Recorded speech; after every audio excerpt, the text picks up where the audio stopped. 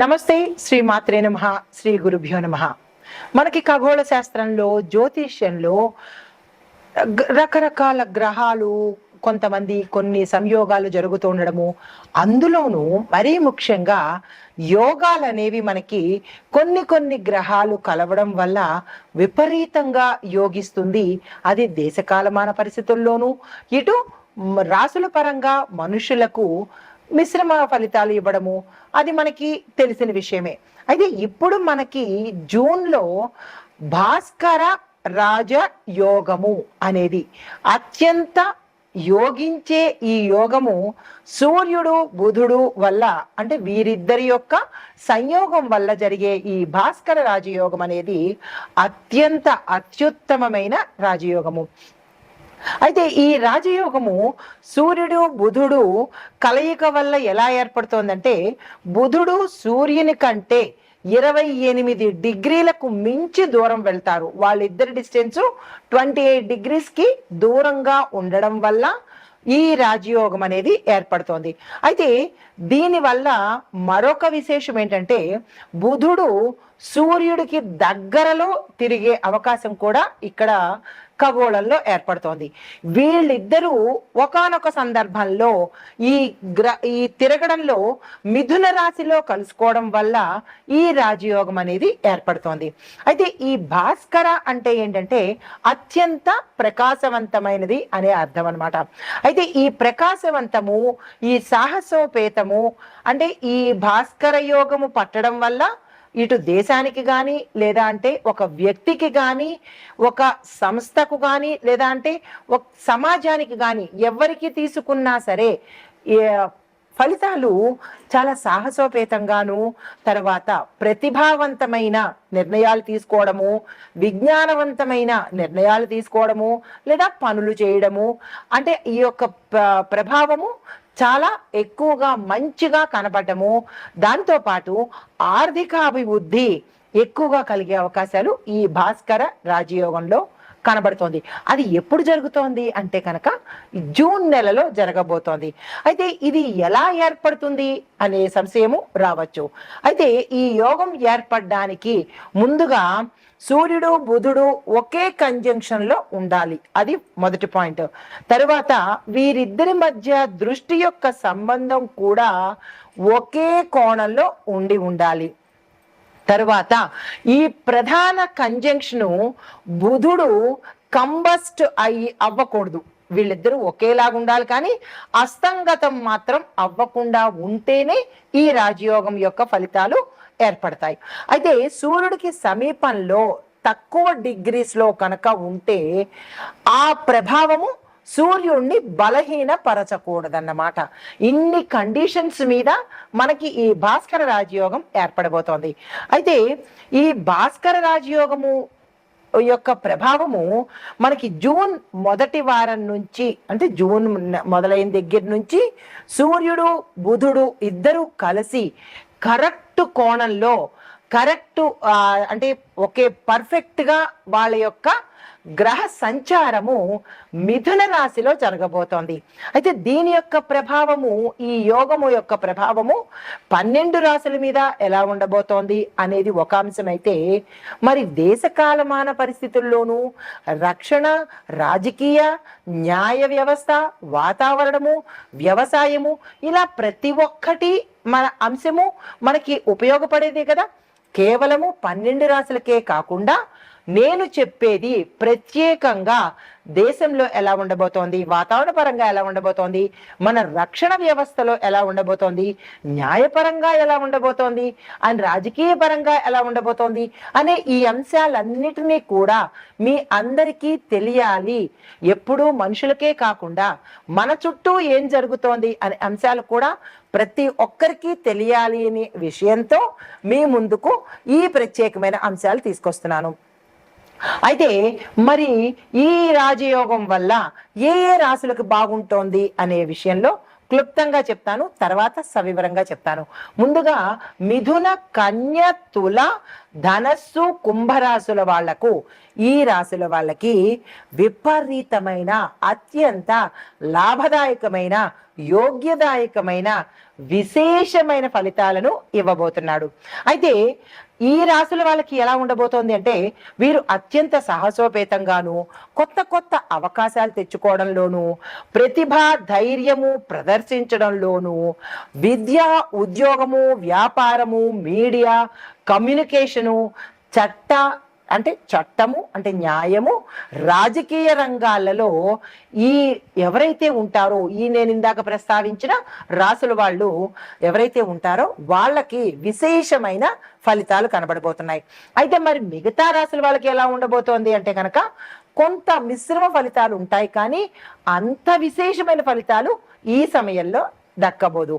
అయితే మరి సామాజిక ఆర్థిక రాజకీయ వాతావరణ రక్షణ న్యాయ వ్యవస్థల మీద ఎలా ఉండబోతోంది అనే అంశంలో రైతులకు, అంటే ముందుగా వ్యవసాయాన్ని చూసుకున్నట్టయితే రైతులకు సాంకేతికంగాను అంటే టెక్నికల్ గాను, సమాచార వ్యవస్థలు అడ్వైజరీ వ్యవహారాలు ముందుగా ఎక్కువగా బలపడతాయన్నమాట. అంటే రైతుల్ని ఎడ్యుకేట్ చేసే విధంగా ఉపయోగపడుతుంది. తర్వాత వర్షాలు కనుక సమయానికి కురిస్తే రైతులకు అత్యంత సంతోషంగాను లాభంగాను ఉంటుంది. ప్రతి ఒక్క రైతు ఆనందంతో నాట్యమాడే సమయము ఈ రాజయోగం అన్నమాట.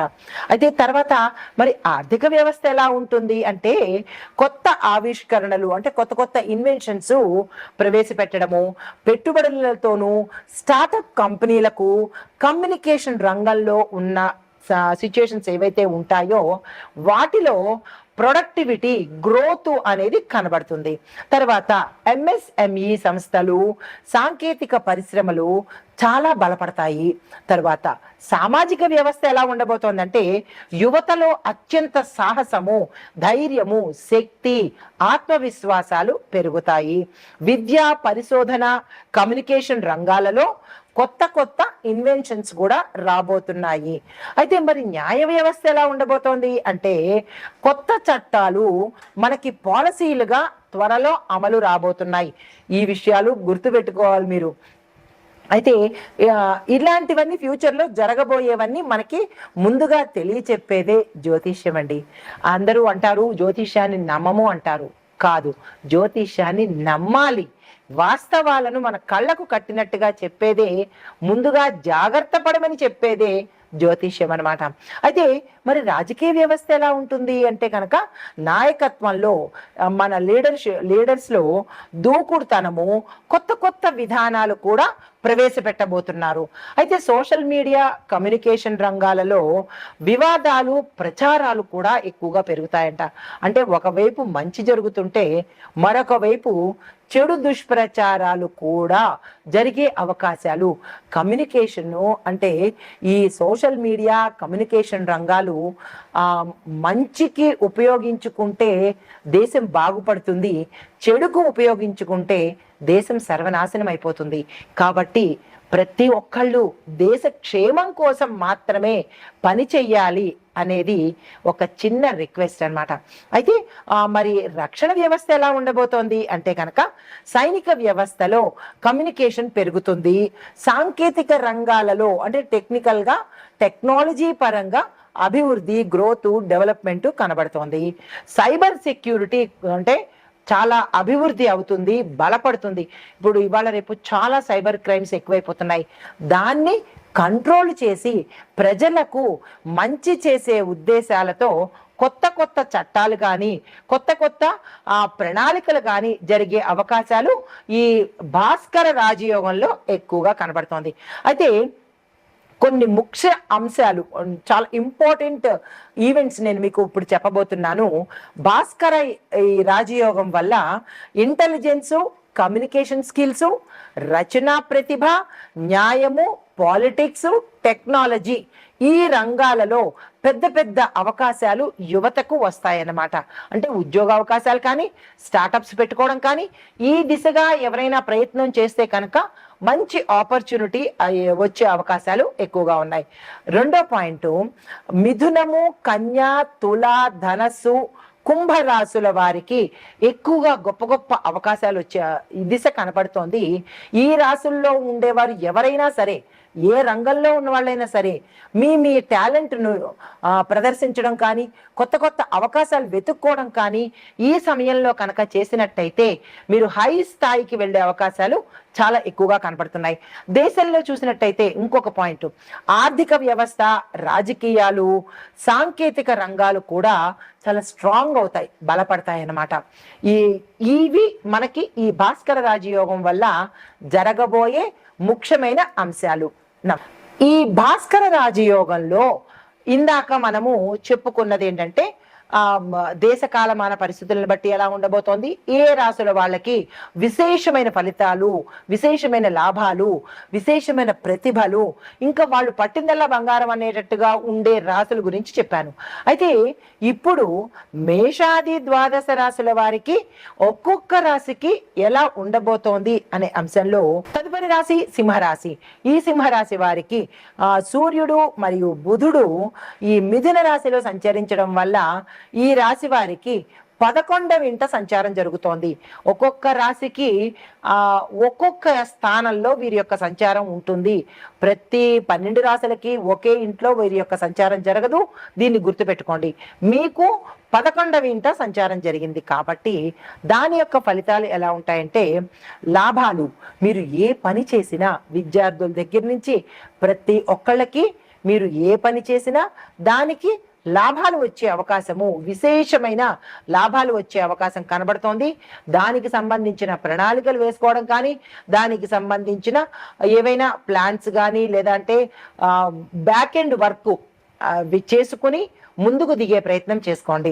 అయితే స్నేహితుల సహాయం మీకు తక్షణమే దొరికేటట్టుగా, గతంలో మీరు అడిగి ఉండవచ్చు, వారు మీకు సహాయం చేసి ఉండకపోవచ్చు, కుదరదనో లేదనో ఏదో చెప్పి ఉండవచ్చు. కానీ ఈ సమయంలో మీరు కనుక అడిగినట్టయితే వారు స్పందించి రెస్పాండ్ అయ్యి మీకు సహాయం చేసేందుకు ముందుకు వస్తారు. దీంతో పాటు ఎవరికైనా ఏదైనా ఆశయాలు, గోల్స్, మోటో ఉన్నట్టయితే కనుక అవి ఇప్పుడు తీరే అవకాశం కనబడుతోంది.